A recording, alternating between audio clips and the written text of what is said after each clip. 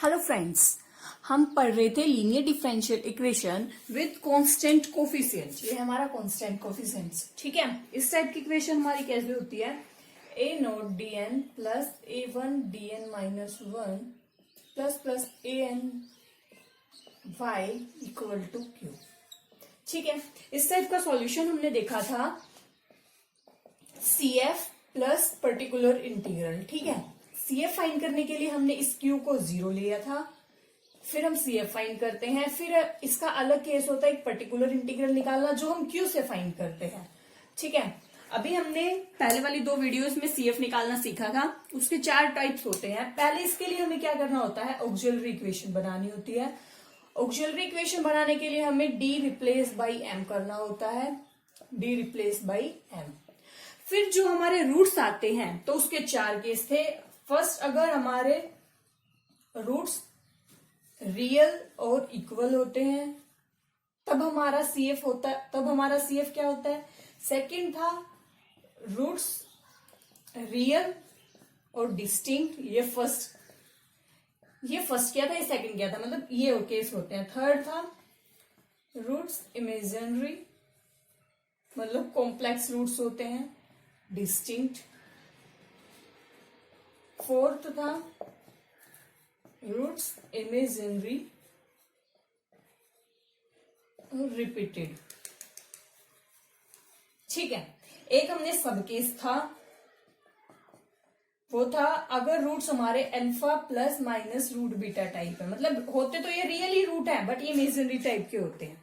हमने ये 4 टाइप्स के पढ़े थे। 4 टाइप्स में हमने देखा था इन सब के कॉम्प्लीमेंट्री फंक्शन कैसे फाइंड करते हैं। तो इसका कॉम्प्लीमेंट्री फंक्शन क्या था? C1 e की m1x प्लस C2 e की m2x। यहां पे हमने m1 m2 2 रूट्स लिए हैं सब इक्वेशन के लिए, ठीक है।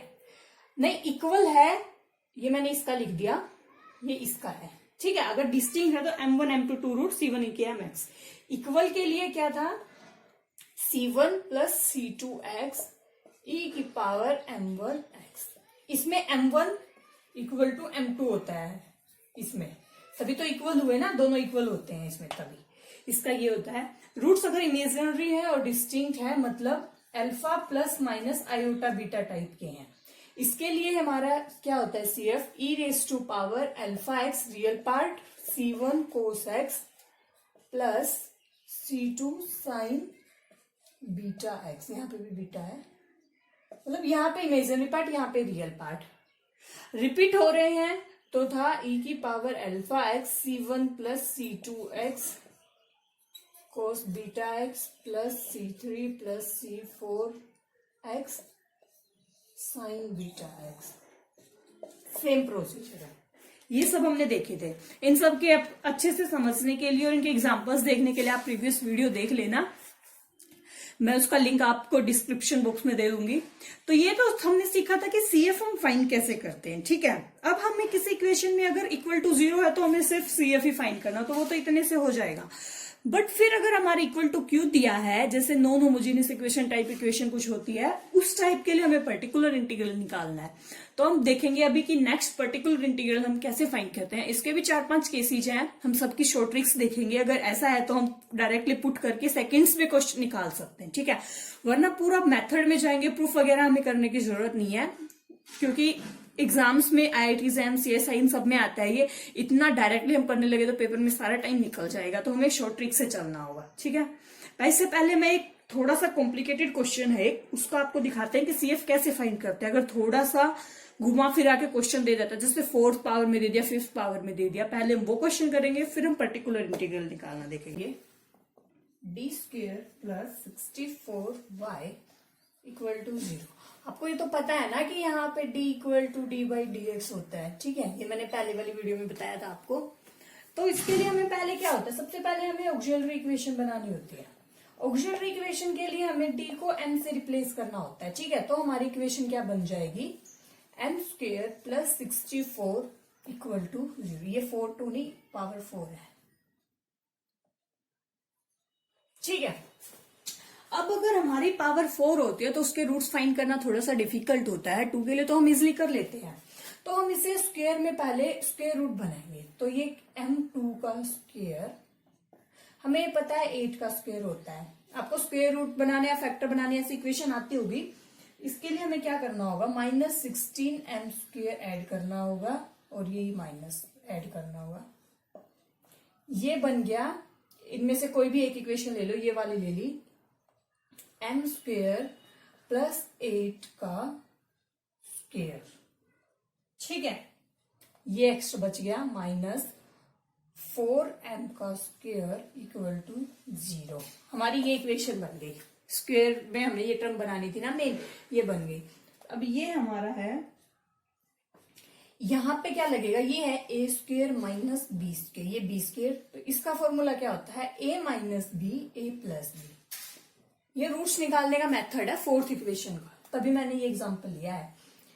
M square A square minus B square है, ये ए क्या है, M square plus 8, M square plus 8 minus 4m A minus B, M square plus 8 plus 4m A plus B, ये यूज किया है। ठीक है, अब इसके निकालने के लिए हम इसको इक्वल टू 0 रखते हैं, इसको इक्वल टू 0 रखते हैं। तो M square plus 8 plus 4m equal to 0, M square plus 8 minus 4m equal to 0। अब जब हमारी इक्वेशन ये होती है, क्वाड्रेटिक इक्वेशन होती है, स्क्वायर में इक्वेशन होती है, तो इसके तो हम इजिली रूट फाइंड कर सकते हैं। ये बनेगा M square plus 4m plus 4 equal to 4। इसको आप, मैंने कल बताया था ना एक formula, minus B plus minus B square minus 4ac under root upon 2, ये रूट निकालने का होता है। इससे भी फाइंड कर सकते हो, वरना ऐसे देख लो, ये बन गया m प्लस 2 का square equal to plus plus 4 करा, इस साइड माइनस है।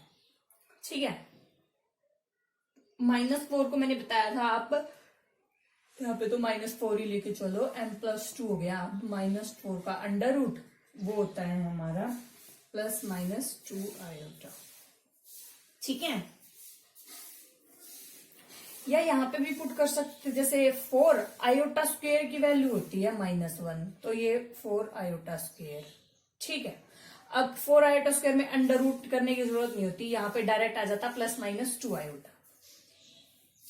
अब m हमारा आ गया प्लस माइनस 2 आयोटा -2, ये आ गए root. m1 -2 plus 2 iota, m2 -2 iota. इस इक्वेशन के तो आगे हमारे ये 2 रूट। ठीक है, फोर्थ क्वाड्रेटिक इक्वेशन है तो 4 रूट आएंगे इसके, 2 इससे आगे 2 इससे आएंगे।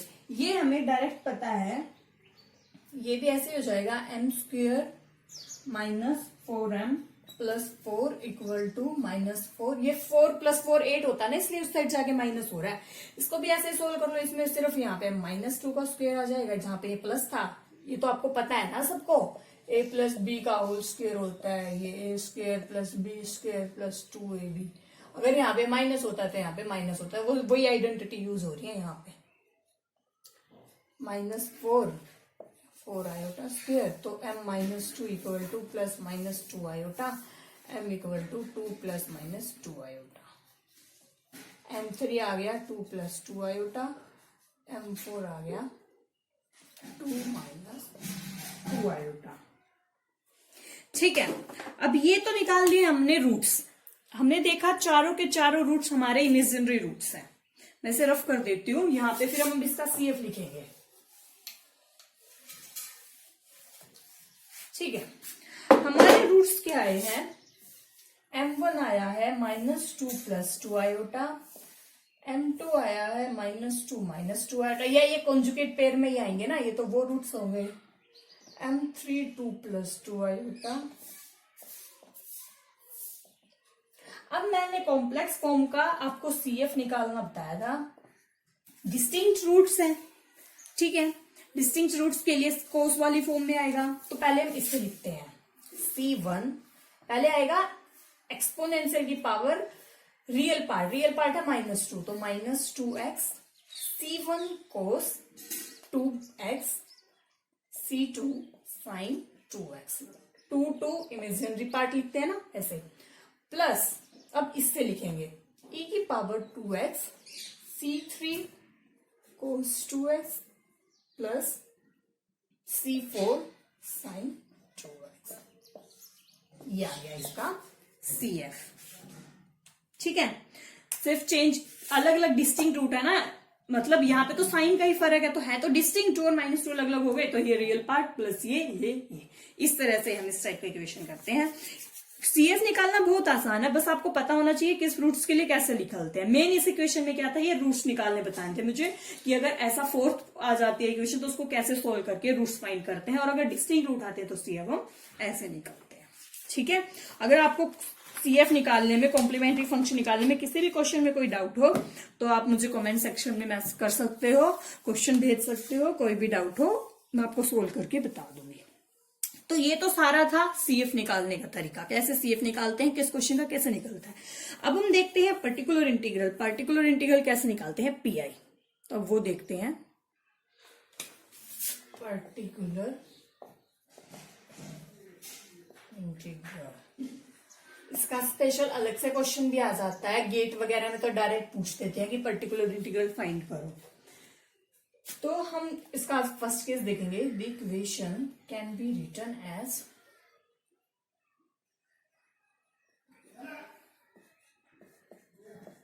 जो मैंने वो लिखी थी ना ए नोट D1 वाली, इसको हमने डायरेक्टली FD में लिख दिया। ठीक है, तो प्रॉपर्टी 1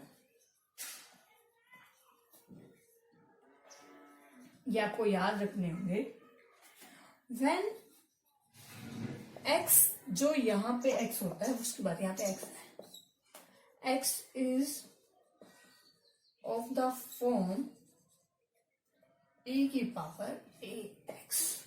ठीक है, जैसे हमें ऐसे दिया हो d² - 5d + 6y = e⁴ है, इस टाइप का दिया हो, तो e की ax की फॉर्म में दिया हो, तब हम पर्टिकुलर इंटीग्रल कैसे फाइंड करते हैं। ये मैंने एक रफ एग्जांपल बताया आपको। प्रोवाइडेड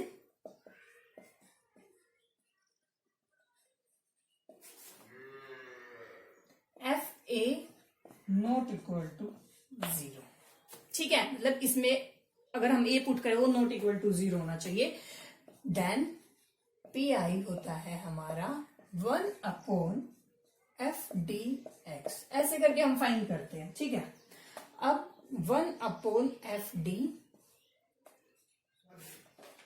e की पावर ax 1/fa e की ax।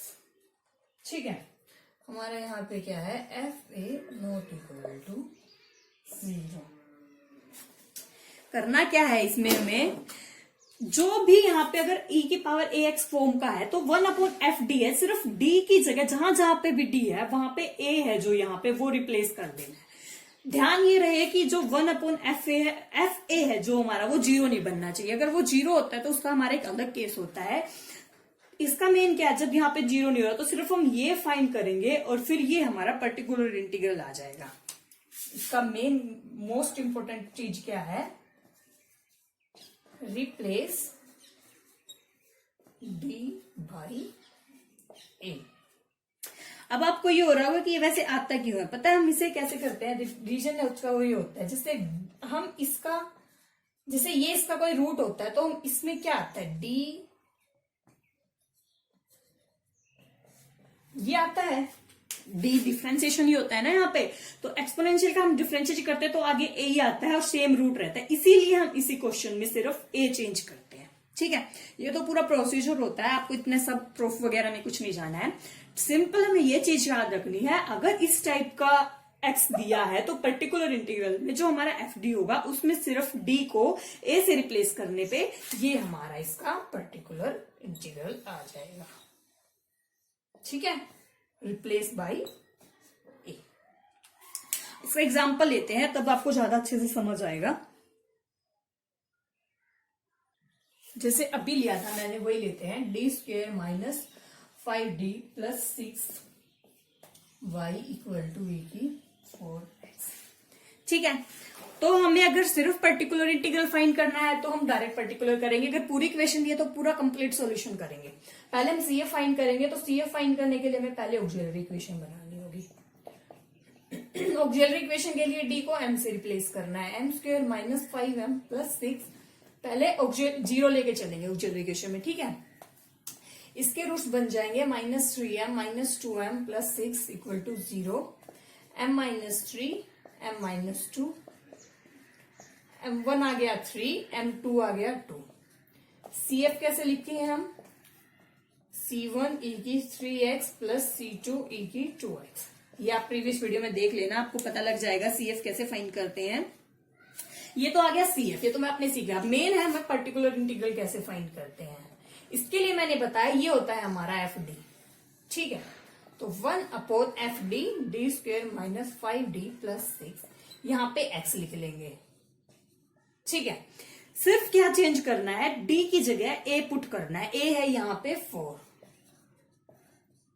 पुट करो, 1/60 माइनस 5 इंटू 4 प्लस 6 e की 4x, ये एज इट इज भी रहेगा, e की 4x upon 16 minus 20 minus 4 plus 6 2। ये आ गया इसका पर्टिकुलर इंटीग्रल, ठीक है। अब इसका कंप्लीट सॉल्यूशन क्या होएगा, y equal to C1 e की 3x प्लस C2 e की 2x प्लस 1/2 e की 4x। ये आ गया हमारा इस इक्वेशन का सॉल्यूशन, ठीक है। बहुत ही आसान है पर्टिकुलर इंटीग्रल निकालना, कोई मतलब इतना नहीं है कि भाई ये याद रखना होगा, आपको इजीली याद हो जाएगा। जब एक्सपोनेंशियल पावर ऐसे होता है तो सिर्फ डी को ए से रिप्लेस करना होता है और हम डायरेक्टली ऐसे फाइंड कर सकते हैं। तो ये था इसका प्रॉपर्टी 1, जब हमारा इस टाइप का होता है। अब हम देखते हैं सेकंड प्रॉपर्टी, अगर हमारा जो ये एफ ए अगर 0 हो जाए, जैसे यहाँ पे तो नॉन जीरो रहा, अगर ये 0 हो जाता है तो उसके लिए हमें क्या करना होता है, हम वो देखते हैं। Property 2, when x is of the form e की power ax and F A equal to 0 हो, तब के लिए वैसे सिंपल कुछ नहीं करना, ऐसे ही सेम चेंज करना, एफ डी एक्स ऐसे लिखोगे, एक्स की जगह ई की ए एक्स ही।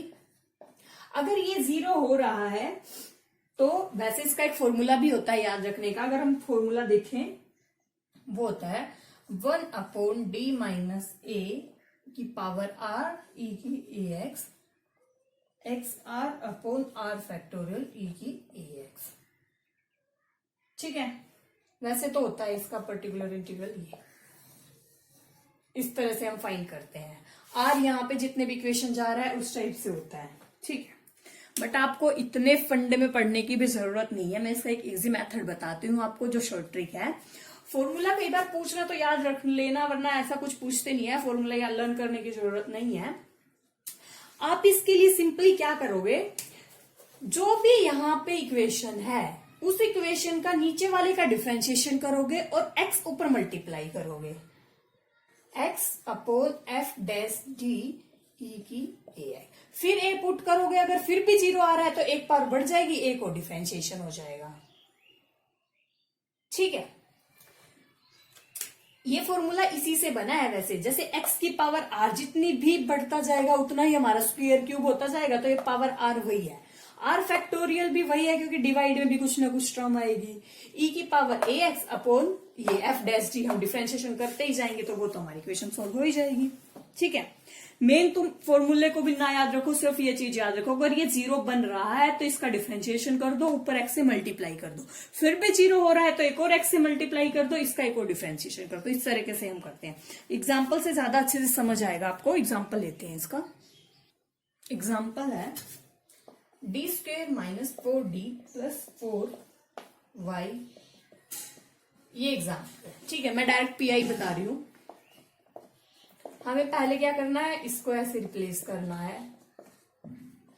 अब हमने चेक किया, इस a को यहाँ पे रिप्लेस करने पे ए स्क्वेयर माइनस 4 इंटू 2 प्लस 4